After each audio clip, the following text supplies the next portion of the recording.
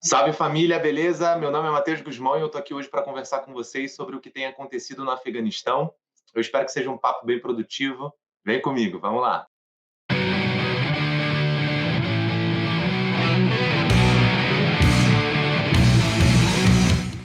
Bom, primeiramente eu gostaria de fazer uma ressalva. A ressalva é o seguinte: esse vídeo ele tem caráter introdutório, ele não vai esgotar o assunto, é um assunto gigantesco. São 20 anos de ocupação norte-americana nos Estados Unidos, são 10 anos de ocupação soviética durante a década de 80, mais ou menos, são 6 anos ou 5 anos de governo do Talibã de 96 a 2001.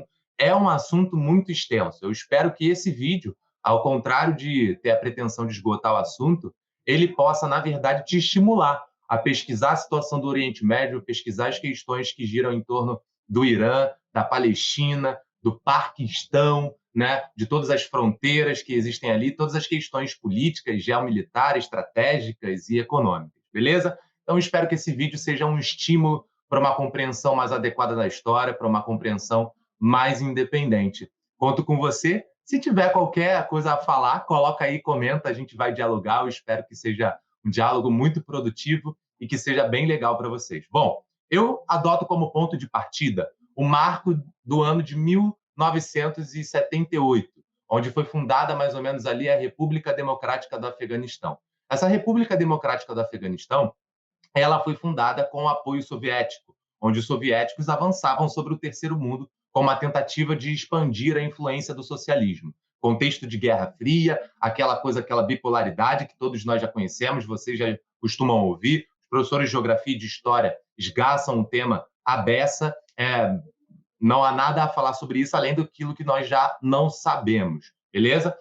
Nesse contexto, existiram vários avanços possíveis protagonizados pelos soviéticos em solo afegão. Existiram guerras também, e é óbvio, a partir de 78, os Estados Unidos abandonam uma política que havia sido iniciada pelo diplomata Henry Kissinger, um dos, inclusive, articuladores dos golpes militares na América Latina, dos que vão defender os golpes militares aqui em contraposição à Revolução Cubana, ao medo da Revolução Cubana, do espalhamento da Revolução Socialista. Os Estados Unidos vai abandonar essa política e vai, de certa forma, começar a atuar no jogo. A sua atuação se dará via Paquistão, que é um dos territórios que tem maior fronteira com o Afeganistão. E através dali você vai ter toda uma propaganda midiática, toda uma questão envolvendo estratégia, envolvendo grandes grupos de classe média e de classes dominantes no Afeganistão que, de certa forma, vão acabar recebendo aquela ajudinha da CIA que a gente sabe que existe, né, que sempre esteve presente nos governos da América Central, nos governos, nas ditaduras militares da América Latina, e que são importantes para a gente ter em mente para saber o impacto que causaram nas políticas locais. É diante disso, então, que nós vamos para o ano de 89, ano em que se desintegra a União Soviética e que ali a política da República Democrática Afegã acaba entrando em declínio. Você vai ter um período de 89 a 92. Calma aí, vou voltar aqui. Então, no ano de 1992, você vai ter um ápice de crise, com o fim da Guerra Fria, com todas as questões que envolviam o ponto, né? E você vai ter, a partir daí, a tentativa de disputa de influência, um vácuo de poder. Nós sabemos que na história, vácuos de poder são sempre complicados, principalmente se vem de um longo tempo, de um período médio de 10 anos ali, de disputas por esse poder. Vários grupos se organizam, vários grupos tentam se organizar.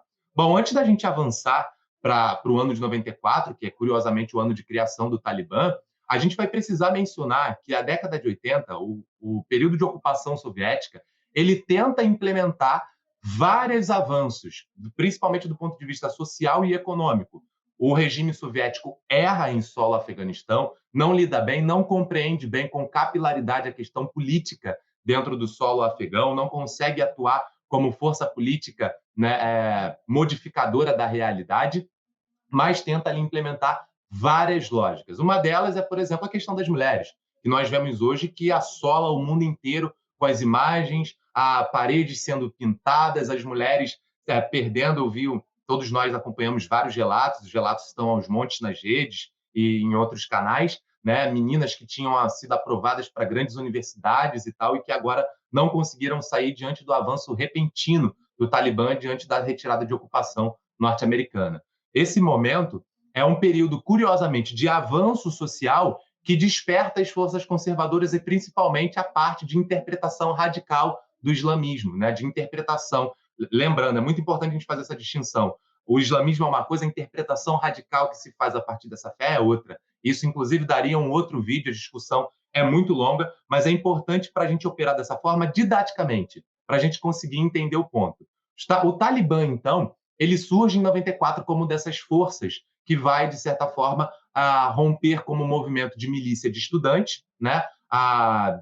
De madraças, que são escolas islâmicas no Paquistão, financiados com dinheiro norte-americano, que alimentam ali diversas questões conservadoras contrárias a políticas ou a um marco civilizatório que havia sido iniciado pela União Soviética. E logo contaram com apoio militar, né? O Paquistão é um importante parceiro do Talibã na luta e que, inclusive, até hoje a gente vê aí, se tornou uma das bases de sobrevivência do Talibã durante a ocupação norte-americana nesse vai e vem todo. Eles assumiram controle de diversas cidades no mesmo ano em que se formaram enquanto grupo, expulsaram o governo em 96 de Cabul, então eles surgem em 94, já tomam o poder em 96, eles estabelecem um emirado que ganha reconhecimento de apenas 3 países no mundo inteiro, foi condenado internacionalmente, mas aqui há um ponto, porque embora eles tenham feito uma interpretação, né, a Sharia islâmica, que é um tratamento brutal de muitos afegãos, das mulheres, toda uma questão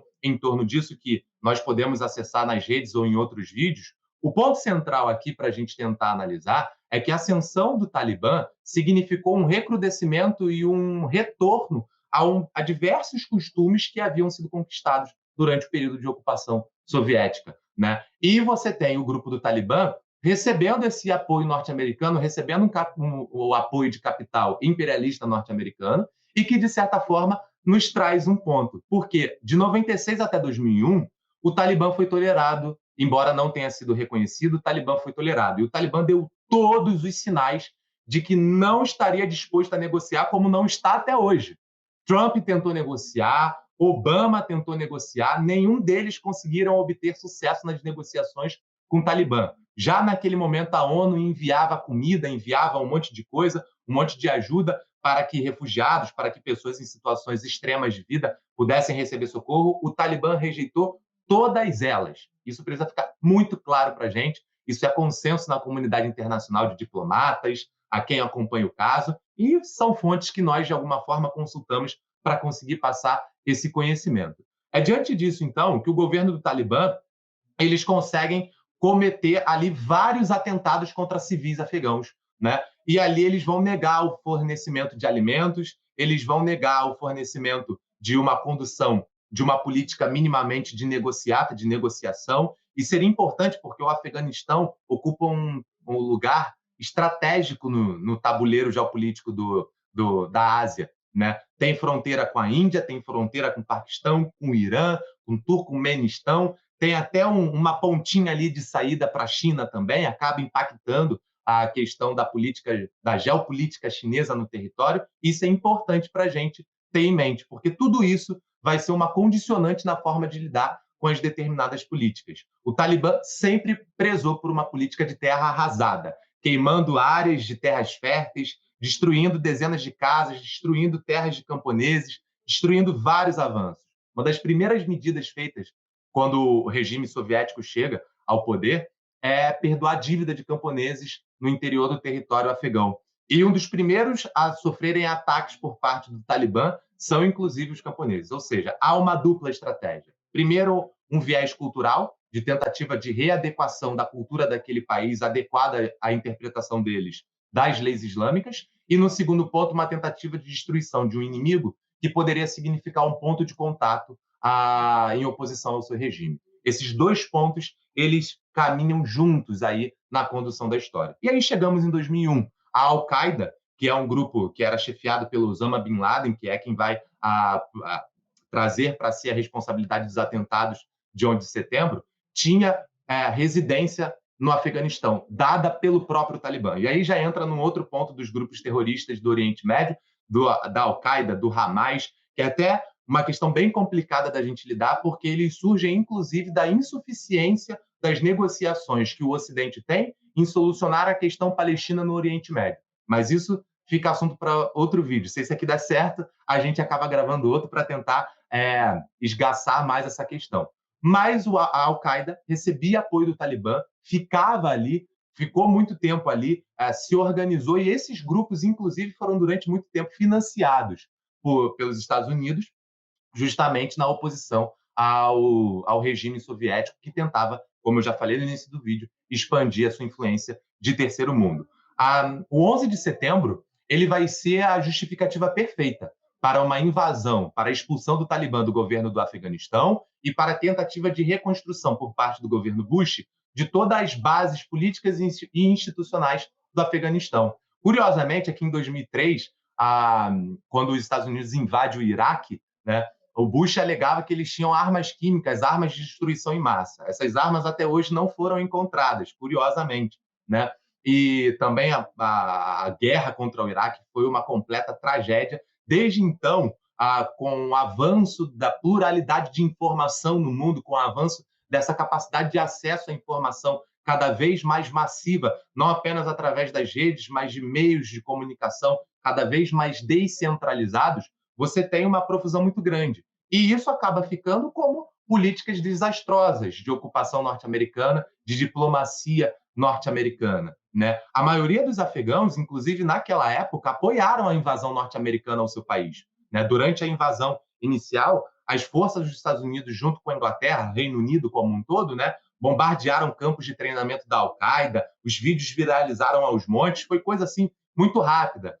A tragédia aconteceu 11 de setembro, outubro, os Estados Unidos já estavam no Afegão, o Bush foi muito rápido na retaliação e no contra-ataque. Né? Então, você tem também a OTAN, né, a Organização de Tratado do Atlântico Norte, que foi importantíssima para a gente na condução dessas políticas, e o regime do Talibã, então, em 2001, chegar ao fim, com os Estados Unidos assumindo o compromisso de reconstruir as bases do governo Afeganistão. É aí que entra a questão atual. É a partir daí que a coisa começa a ficar complicada. Desde a transição do governo do Bush para o governo do Obama, né, você vai ter o Biden, que eu chamo de Biden, eu não gosto, se ele falasse o meu nome Mateus, né, ele não falaria Mateus, como eu gosto que falasse, ele usaria um norte-americano bem zoado para citar o meu nome, então eu vou chamar de Biden, beleza? O Biden, quando ele já era secretário de política de segurança do Obama, ele já lidava com essas questões, ele já defendia uma ausência de ocupação. Em 2010 a 2014, mais ou menos, você já tem defesas de alguns políticos, de alguns diplomatas, de gente que estuda relações internacionais, da saída do território afegão por parte dos Estados Unidos. Isso já era defendido há muito tempo. O grande ponto era como? Como as negociações aconteceriam, porque era certo que, uma vez retirada as tropas norte-americanas do território afegão, o Talibã voltaria com toda a força. E esse é o ponto. Como que o Talibã consegue resistir? Primeiro de tudo, o Talibã ele consegue sufocar, o Talibã consegue criar espécies de dízimos a diversos territórios, a diversas famílias, a diversas produções no interior do Afeganistão, e é principalmente linkado à produção de ópio. Aqui entra a sujeira norte-americana, porque vejam que curioso, se você para olhar a produção de ópio a partir de 94, ela girava mais ou menos entre 50 e 100 mil. A partir da ocupação norte-americana, em 2004, mais ou menos, é a primeira vez que a produção de ópio, em 10 anos, supera uma produção acima de 100 mil. Bate 120, 140 e poucos mil. A partir de 2006, você tem um novo recorde, supera os 150 mil. Em 2007, que é período de transição do governo no Afeganistão, toda a instabilidade política civil, os Estados Unidos se mete, não se mete, a tentativa de dar autonomia, a fraude na eleição, qual governo que entra, qual que sai, aquela coisa toda de instabilidade institucional, você tem a produção de ópio chegando quase a 200 mil. E você tem em 2014, mais ou menos também período de eleição, curiosamente, nos Estados Unidos, né, transição do governo Obama para o governo Trump, né, período de eleição, aquela coisa toda, 2015, parará. Você tem também no Afeganistão, momento de transição, a produção do ópio superando a casa dos 200 mil, e até hoje se mantém muito alta. É assim que o Talibã acabou continuando, estabelecendo dízimo, tendo controles de células e controles de civis em determinadas partes estratégicas do território, em determinados campos. Se você olhar no mapa, o território afegão, ele é gigantesco, ele é muito grande, né? Ele não é de se desprezar, ele é um território expressivo na questão geográfica e que deve chamar a nossa atenção. Então, as papoulas, né, o ópio ali produzido, sempre foi uma questão importante para a gente pensar. Então, desde esse momento, se discutiu as maneiras pelas quais a retirada das tropas norte-americanas aconteceria no Afeganistão. E é exatamente esse o ponto que a gente está tentando fazer aqui. O ponto ápice de total tragédia nessas negociações foi durante o governo do Trump, porque o Trump tentou negociar diretamente com o Talibã a retirada do governo, tentando obter do Talibã algumas espécies de garantias de que eles não fossem retaliar os norte-americanos, de que eles respeitariam, dialogariam com o governo civil, de que eles respeitariam o processo político e fariam um processo meio que de inserção social na realidade afeganistã. E aí, os caras que nunca negociaram em momento nenhum, que diante de uma invasão massiva e brutal dos Estados Unidos de 2001, ainda assim não decidiram negociar, será que eles negociariam agora? A resposta é muito clara para a gente. O Trump obteve total insucesso. O Biden, né, Biden, mas eu gosto de falar Biden, o Biden, quando chega ao poder, né, ele já implementa aquilo que ele queria, aquilo que ele gostaria desde o governo do Obama. O Obama tem como grande bandeira, né, para tentar calar ali, para tentar maquiar os problemas geopolíticos que ele acaba causando no Oriente Médio, bombardeia a Síria, o que ele faz com a Síria é parada fora de questão. Ai, que lindo, o presidente, uhul e tal, mas bombardeia a Síria, faz o caos lá, né? Então isso é muito importante para a gente levar em consideração no estudo da história, tá? A grande bandeira dele é a captura do Osama, né? A grande bandeira dele é a captura e morte do Osama, né? Que ainda são ecos da questão do 11 de setembro. E aí o governo dele sai, chega o Trump e retorna o Biden. E Biden, tem que me policiar. Biden, beleza? O Biden, quando chega, então, ele decide implementar. Agora, no que isso chama a nossa atenção? Sem dúvida alguma, o retorno do Talibã ao cenário geopolítico na Ásia, nesse momento, vai obrigar vários governos que possuem um certo equilíbrio a negociarem com o Talibã. E um desses governos que vão ter que negociar com o Talibã, justamente pela questão da migração e pela questão da garantia dos interesses soberanos do território, é o governo chinês. Não se assustem caso daqui a algum tempo surja na propaganda política, na questão midiática massiva, uma condenação do governo chinês, por exemplo, de que está negociando com o Talibã, de que tem afinidade ideológica com esse tipo de regime, com esse tipo de governo, de que eles possuem ali uma afinidade que um sempre financiou o outro. Rússia e China vão ter que sentar para negociar com o Talibã, caso eles assumam de fato o poder no Afeganistão. Não vai ter para onde correr. Caso contrário, isso vai simbolizar a perturbação dos seus próprios interesses nacionais e seu próprio território. E aqui, meu amigo, não tem política.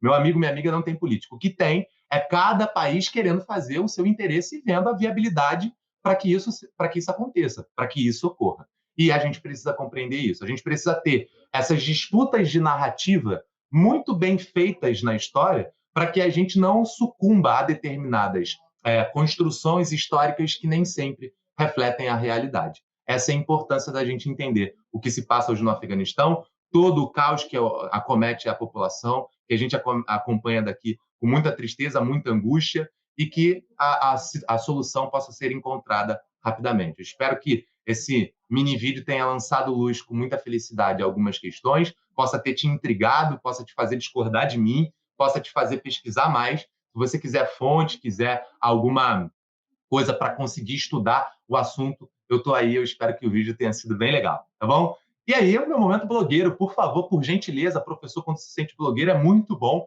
Deixa o like, curte, compartilha. Pode até falar com o Enem Paulista, né? Curte, compartilha, deixa o like, comenta, fala aí, deixa a tua opinião, deixa que a tua opinião seja respeitável, troca ideia. Beleza? Tamo junto, é isso.